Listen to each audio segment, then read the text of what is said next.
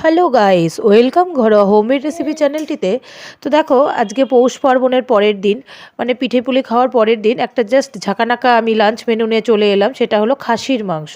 আর খাসির মাংসটা এইভাবে তোমরা করবে, তাতে গ্যাসও বাঁচবে, সময়ও বাঁচবে, আর খেতেও দারুণ হয়, জাস্ট অসাধারণ হয়।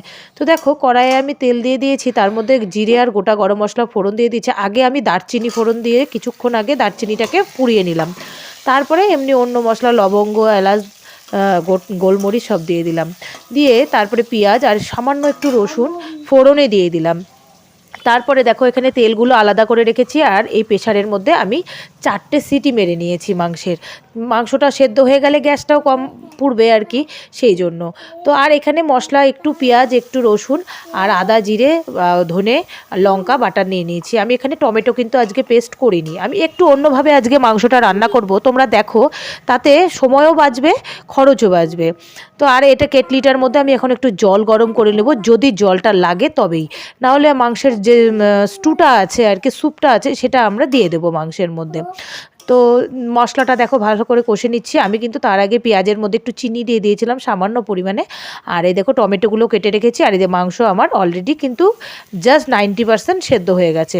সেই কারণে আমি মশলার মধ্যে আলু আর রসুনটা দিয়ে বেশ ভালো করে কষে নেব, যাতে মাংস দিয়ে আর কষতে না হয়। জাস্ট ঝোলটা ফুটলেই আমার মাংস ডান।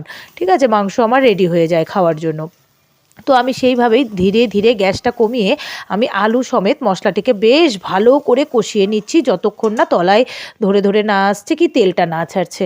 ঠিক আছে, তোমরাও এইভাবে করবে। সত্যি বাড়ির লোকরা আজকে খেলো, খেয়ে দিয়ে বললো খুব টেস্ট হয়েছিল, খেতে খুবই টেস্ট হয়েছিল। তো যাই হোক, দেখো আমার খুব ভালো করে মশলা কষানো হয়ে গেছে।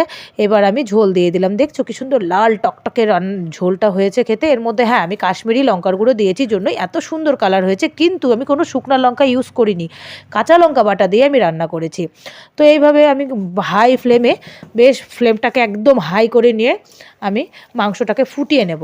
নিয়ে তারপরে মিডিয়াম ফ্লেমে রেখে আমি মাংসটা বেশ কিছুক্ষণ ধরা ঝোলটাকে ফোটাবো, কারণ মাংসের ঝোল ভালো করে না ফোটালে কিন্তু টেস্ট আসবে না। আর এদিকে দেখো, আমি রান্না করে রেখেছি আলু করলা ভাজা। সিম্পল বলেছিলাম যে সিম্পল, একদম সিম্পল 2 রকমের রান্না। কেমন লাগলো